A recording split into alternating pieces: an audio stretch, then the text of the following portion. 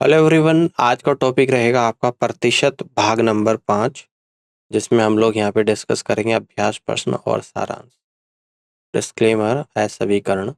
हमारे slide deck में उपयोग की गई छवियां केवल शैक्षिक उद्देश्य के लिए है। हम इन छवियों के मूल रचनाकारों और मालिकों के बौद्धिक संपदा अधिकारों का सम्मान करते हैं। यदि आप इस डेक में उपयोग की गई किसी भी छवि के मालिक है और कोई चिंता या समस्या है तो आप कृपया हमसे sathi@itk.ac.in पर संपर्क करें। हम इन छवियों को हटा दें। अभ्यास प्रश्न यहाँ पे देख लेते हैं। Question number first. दो संख्याओं का योग पहली संख्या का 23/20 है। दूसरी संख्या पहले का कितना परसेंट है आप लोगों को बताना है। 5 ऑप्शन यहाँ पे आप लोगों को दे रखे और इस क्वेश्चन को सोल्व करिएगा। इस क्वेश्चन को सोल्व करने के लिए मिलते हैं आपको यहाँ पे 10 सेकेंड।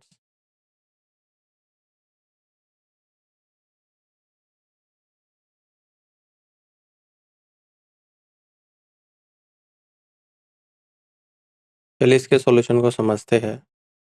मान ली कि दो संख्या x और y है। कह रहा है कि दोनों का योग 23/20 है। इसका पहली संख्या का तो x plus Y equal to 23/20 का x, यानी कि x का 23/20। तो यहाँ से हम लोग कहेंगे y equal to 23x/20 minus x आएगा। तो y इक्वल टू 3x/20 आ जाएगा। आवश्यक प्रतिशत 3x/20 इंटू 100, यानी कि 15% यहाँ पर निकल कर आ जाएगा। ऑप्शन सी सवाल का राइट आंसर बनेगा। क्वेश्चन नंबर सेकंड को देखिएगा। एक परीक्षा में कक्षा को 7 से गुणा करना आवश्यक है, लेकिन गलती से एक छात्र ने इसे 7 से विभाजित कर दिया, तो त्रुटि प्रतिशत क्या है आप लोगों को बताना है। 5 ऑप्शन आपको यहाँ पे दे रखे और इस क्वेश्चन को सॉल्व करने के लिए मिलते हैं आपको यहाँ पे 10 सेकेंड।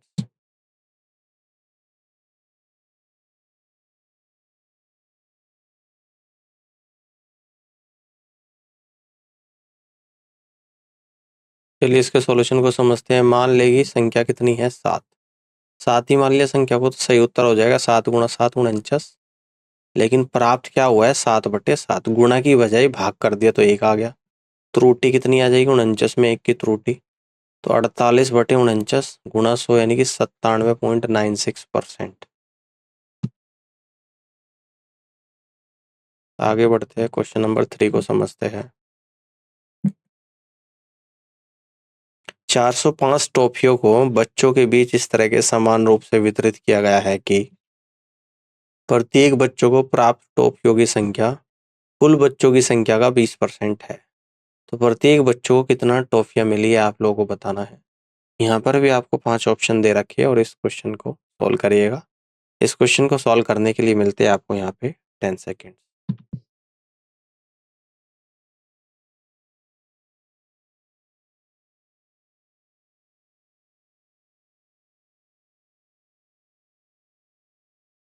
चलिए इसको देखते हैं। मान लेते हैं कि कुल बच्चों की संख्या x है, तो 405 को x से डिवाइड करूंगा। 405/x इक्वल टू x गुणा 20/100। 405/x equal to x/5। तो एक्स स्क्वायर इक्वल टू 405 गुणा 5, यानी कि 2025। x बराबर 45। प्रत्येक छात्र को मिलने वाली टॉफियों की संख्या 405/45, यानी कि 9 आएगा।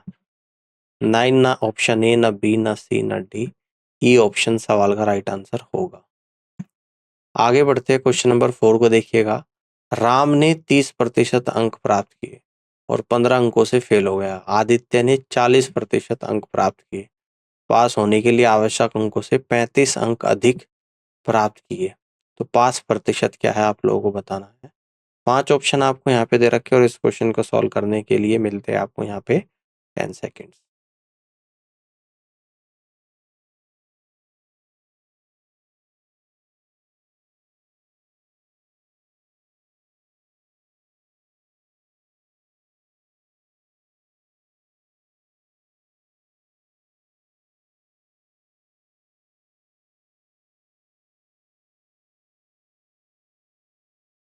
तो देखते हैं।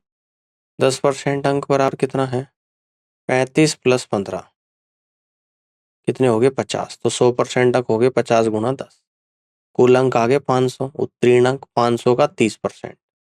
500 गुणा 30/100 और प्लस 15, तो आ जाएंगे 165। आवश्यक प्रतिशत 165 बटे 500 गुणा 100, 20 से 20 165 बटे 5 यानी कि 33%। तो ऑप्शन ए सवाल का राइट आंसर यहाँ पर बनेगा। आगे बढ़ते हैं, क्वेश्चन नंबर 5 को यहाँ पे देखते हैं। चीनी की कीमत 2% कम हो गई, अब उस पैसे से कितने किलोग्राम चीनी खरीदी जा सकती है जो पहले 49 किलोग्राम चीनी खरीदने के लिए पर्याप्त था। विकल्प 5 है आप लोगों के सामने, इस क्वेश्चन को सॉल्व करिएगा। इस क्वेश्चन को सॉल्व करने के लिए भी मिलते हैं आपको यहाँ पे 10 सेकेंड्स।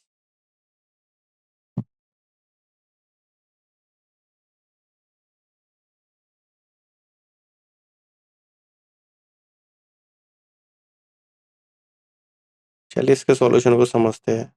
मान लेते हैं कि प्रति किलोग्राम कीमत कितना है, 100 रुपये है। 49 किलोग्राम के लिए उपयोग की गई राशि बराबर 4900 रुपये है।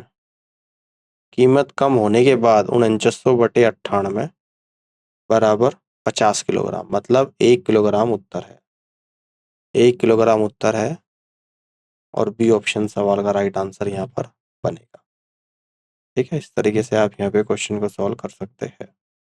ठीक है, आगे बढ़ते हैं। क्वेश्चन नंबर 6 को यहाँ पे ध्यान से देखिएगा। आदित्य का वेतन राम के वेतन का 125% है। संजय का वेतन राम के वेतन का 80% है। यदि तीनों के वेतन का कुल योग 61,000 रुपये है, संजय का वेतन क्या होगा, ये आप लोगों को यहाँ पे बताना है। 5 ऑप्शन आपको यहाँ पे दे रखे हैं। इस क्वेश्चन को सॉल्व करिएगा। इस क्वेश्चन को सॉल्व करने के लिए मिलते हैं आपको यहाँ पे 10 सेकेंड्स।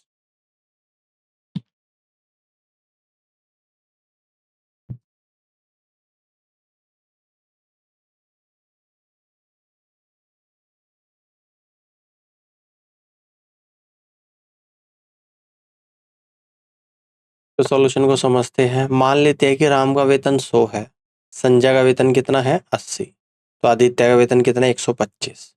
सभी वेतनों का कुल योग 100 प्लस 80 प्लस 125 305। संजय का वेतन कितना है 61,000 बटे 305 गुणा 80 यानी कि 16,000 रुपये आ जाएगा। ऑप्शन नंबर डी यही सवाल का राइट आंसर यहाँ पर बनेगा। आगे बढ़ते हैं, क्वेश्चन नंबर 7 को देखिएगा। यदि ए बी का 150% है तो बी ए प्लस बी का कितना प्रतिशत है, आप लोगों को बताना है। 5 ऑप्शन आपको यहाँ पे दे रखे हैं। इस क्वेश्चन को सॉल्व करिएगा। इस क्वेश्चन को सॉल्व करने के लिए भी मिलते हैं आपको यहाँ पे 10 सेकेंड्स।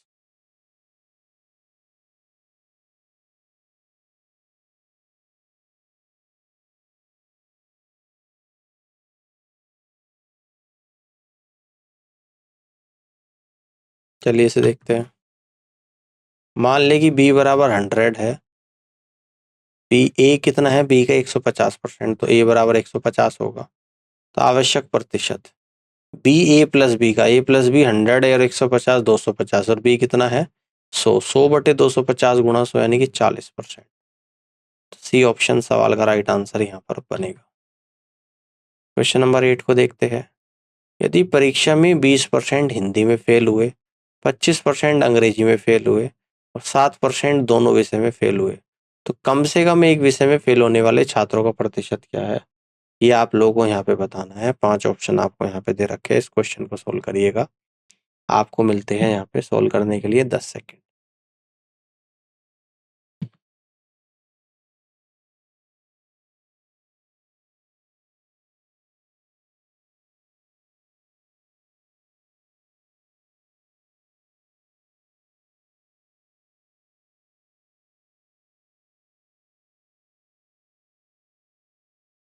चलिए इसका सोल्यूशन को देखते हैं।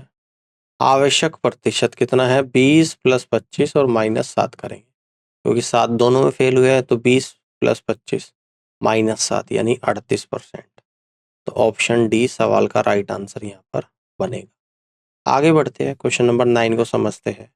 यदि 30% छात्र अंग्रेजी में फेल हुए, 45% गणित में फेल हुए, 25% दोनों में फेल हुए, तो दोनों विषय में पास होने वाले छात्र कितने हैं। 5 ऑप्शन दे रखे हैं। इस क्वेश्चन को सॉल्व करिएगा। इस क्वेश्चन को सॉल्व करने के लिए भी मिलते हैं आपको यहाँ पे 10 सेकेंड्स।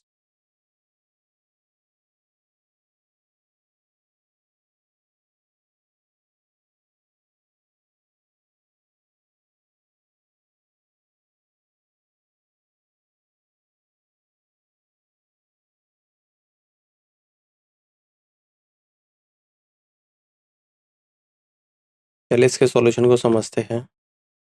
दोनों विषय में पास होने वाले छात्र 100 में से माइनस करेंगे।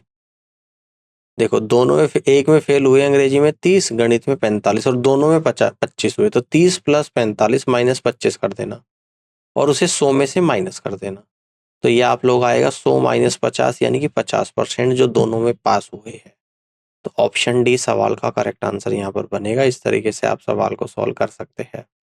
अब आगे की तरफ बढ़ते हैं और अगले सवाल को समझते हैं। क्वेश्चन नंबर 10 है, दिल्ली की जनसंख्या हर साल 10% बढ़ती है। यदि दिल्ली की वर्तमान जनसंख्या कितनी है, यहाँ पे 13,31,000 है, तो 3 साल पहले इसकी जनसंख्या क्या थी, ये आप लोगों को यहाँ पे बताना है। यहाँ पर भी आपको 5 ऑप्शन दे रखे हैं। इस क्वेश्चन को सॉल्व करिएगा। इस क्वेश्चन को सॉल्व करने के लिए मिलते हैं आपको यहाँ पे 10 सेकेंड्स।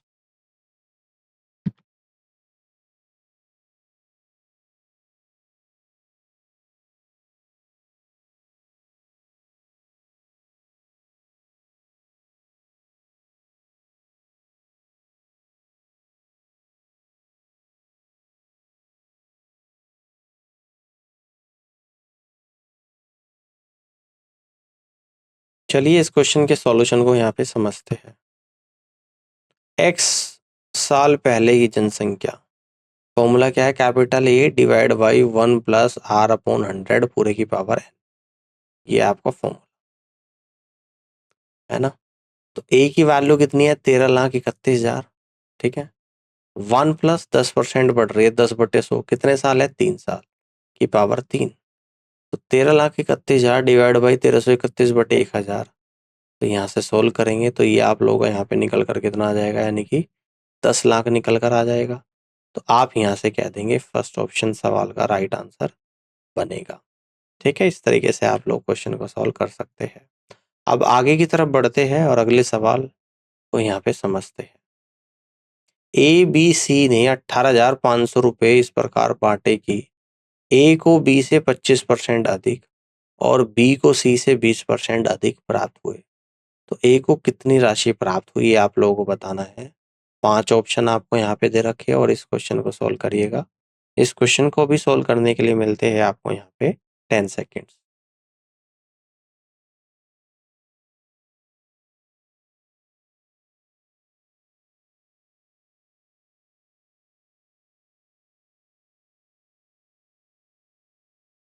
चलिए इस क्वेश्चन के सॉल्यूशन को समझते हैं। मान लें कि सी को प्राप्त हुआ 100 रुपये, तो बी को कितना प्राप्त हुआ, सी से 20% अधिक यानी कि 120 हो जाएगा। तो ए को कितना प्राप्त हुआ, बी से 25% अधिक 120 का 125/100 यानी कि 150। तो ए को प्राप्त राशि 18,500 डिवाइड बाई 100 + 120 + 150, 18,500 डिवाइड बाई 370 गुणा 150। तो ये आप लोगों का निकल कर आएगा 7,500 रुपये। तो आप यहाँ से कह देंगे कि सी ऑप्शन सवाल का राइट आंसर यहाँ पर बनेगा। इस तरीके से आप यहाँ पे क्वेश्चन को सॉल्व कर सकते हो। आगे बढ़ते हैं, क्वेश्चन नंबर 12 को यहाँ पे समझते हैं। यदि एक शर्ट की कीमत में पहले 25% की वृद्धि की जाती है और फिर 30% की कमी की जाती है, तो कुल प्रभाव क्या होगा, आप लोगों को बताना है। तो यहाँ पर भी 5 ऑप्शन आप लोगों को दे रखे हैं। इस क्वेश्चन को सॉल्व करिएगा। इस क्वेश्चन को सॉल्व करने के लिए भी मिलते हैं आपको यहाँ पे 10 सेकेंड।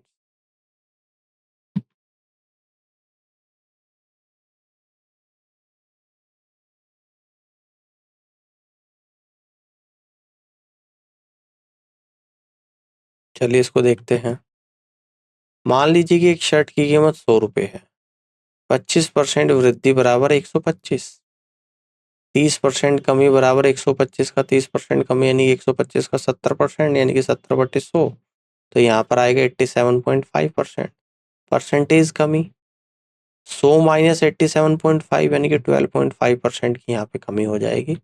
तो ये आ रहा है आप लोगों का यहाँ पे ऑप्शन नंबर डी में। तो आप यहाँ से कह देंगे ऑप्शन डी सवाल का राइट आंसर बनेगा। इस तरीके से आप यहाँ पे क्वेश्चन को सॉल्व कर सकते हो। आगे बढ़ते हैं, क्वेश्चन नंबर 13 को देखिएगा ध्यान से। नूतन को एक परीक्षा में 456 अंक मिले। आदित्य को उसी परीक्षा में 54% अंक मिले जो नूतन से 24 अंक है, 24 कम है। परीक्षा में न्यूनतम उत्तीर्ण अंक 35% है, तो नूतन को उत्तीर्ण अंक से कितने अधिक अंक मिले हैं, ये आप लोगों को बताना है। यहाँ पर भी 5 ऑप्शन आप लोगों को दे रखे हैं, इस क्वेश्चन को सोल्व करिएगा और आपको सवाल को सोल्व करने के लिए मिलते हैं यहाँ पे 10 सेकेंड।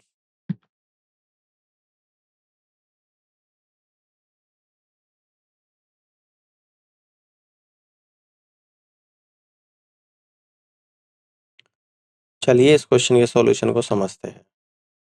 आदित्य के अंक कितने? 456 माइनस 24 यानी कि 432 किसके बराबर है? 54% के बराबर। 54% बराबर 432।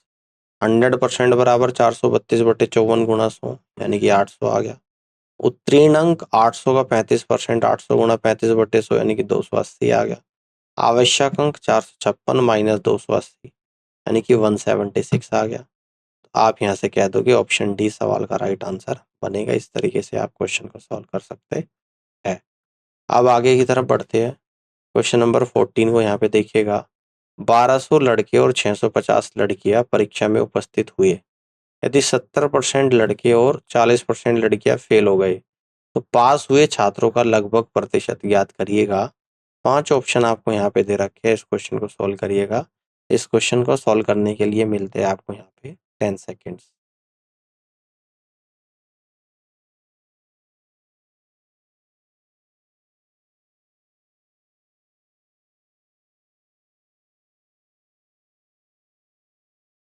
चलिए इसको देखते हैं।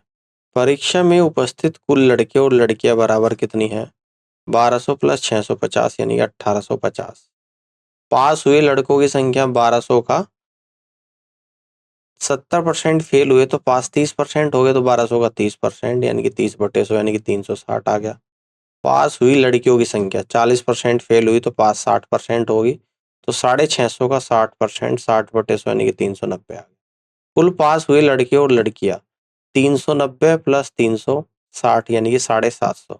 आवश्यक प्रतिशत 750 डिवाइड बाई 1850 गुणा 100 यानी कि 40.54%। लगभग आप लोगों का ये 41% निकल कर यहाँ पर आएगा, यानी कि ऑप्शन बी सवाल का करेक्ट आंसर यहाँ पर बनेगा। तरीके से आप क्वेश्चन को सॉल्व कर सकते हैं। अब आगे बढ़ते हैं। क्वेश्चन नंबर 15 को ध्यान से देखिएगा। आदित्य का मासिक वेतन संजय के मासिक वेतन से 15% अधिक है। यदि आदित्य का मासिक वेतन 17,250 रुपये है, संजय का वार्षिक वेतन क्या है आप लोगों को बताना है। 5 ऑप्शन दे रखे हैं, सोल्व करिएगा। इस क्वेश्चन को सोल्व करने के लिए भी मिलते हैं आपको यहाँ पे 10 सेकेंड।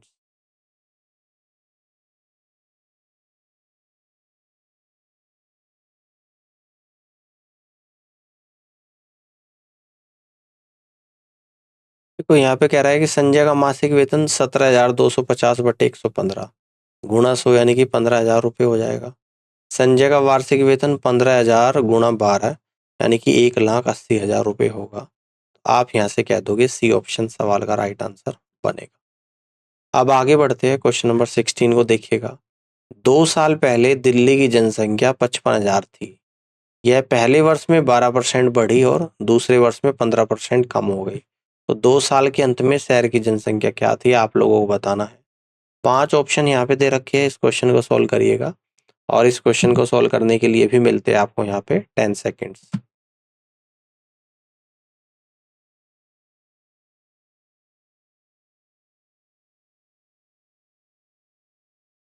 चलिए इस क्वेश्चन के सॉल्यूशन को समझते हैं। 2 साल के अंत में जनसंख्या कितनी हो जाएगी? हर साल, एक साल 12% बढ़ी, एक साल 15% कम हुई, तो 55,000 जब 12% बढ़ेगी 55,000 का 112/100, 15% कम होगी गुणा 85/100, तो ये आप लोगों का सोल्व करने के बाद आएगा आपका 52,360। तो यानी कि ना ऑप्शन ए है, ना बी है, ना सी, ना डी।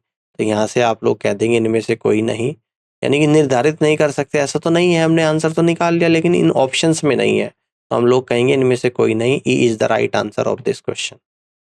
आगे बढ़ते हैं, अगले क्वेश्चन को समझते हैं। ध्यान से देखिएगा।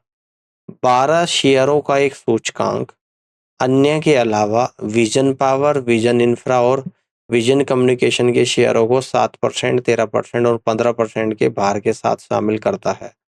अन्य शेयरों की कीमत में कितनी वृद्धि होती है यदि ये 3, 9%, 10% और 4% क्रम से बढ़ते हैं, जबकि सूचकांक 6% बढ़ता है? 5 ऑप्शन यहाँ पे आप लोगों को दे रखे हैं, इस क्वेश्चन को सोल्व करिएगा और इस क्वेश्चन को सोल्व करने के लिए मिलते हैं आपको यहाँ पे 10 सेकेंड्स।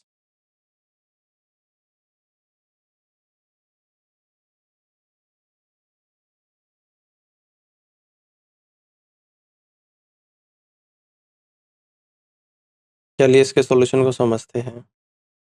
सूचकांक का मान कितना है 100, विजन पावर शेयर का मान कितना है 7%, विजन इंफ्रा का मान कितना है 13%, विजन कम्युनिकेशन का मान कितना है 15%, शेष का मान कितना हो जाएगा, देखो 13 7 20 और 15, 3500 में से 35 गया तो 65। विजन पावर का नया मान 9% इंक्रीमेंट हो जाएगा यानी कि 7.63। विजन इंफ्रा का नया मान 13% इंक्रीमेंट हो जाएगा 13 में तो 14.3 आप लोगों का यहाँ पे निकल कर आ जाएगा और विजन कम्युनिकेशन का नया मान 15.6 आ जाएगा। तो शेष का नया कितना आ जाएगा 68.47।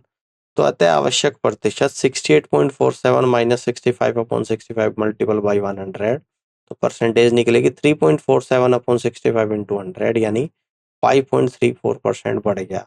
अन्य शेयरों की कीमत 5.34% बढ़ गई है। तो यहाँ पे आ रहा है ऑप्शन नंबर फर्स्ट में, first is the right answer of this question. अगले सवाल को यहाँ पे समझते हैं। क्वेश्चन नंबर 18, राम को ग्रीस से 20% अधिक अंक मिलते हैं, ग्रीस को संजय से 20% अधिक अंक मिलते हैं, संजय को आदित्य से 20% कम अंक मिलते हैं। यदि राम को 576 अंक मिले और कुल 800 थे तो आदित्य को कितने अंक मिले, ये आप लोगों को यहाँ पे बताना है। 5 ऑप्शन आप लोगों को यहाँ पे दे रखे हैं, इस क्वेश्चन को सोल्व करिएगा और इस क्वेश्चन को सोल्व करने के लिए भी मिलते हैं आपको यहाँ पे 10 सेकेंड्स।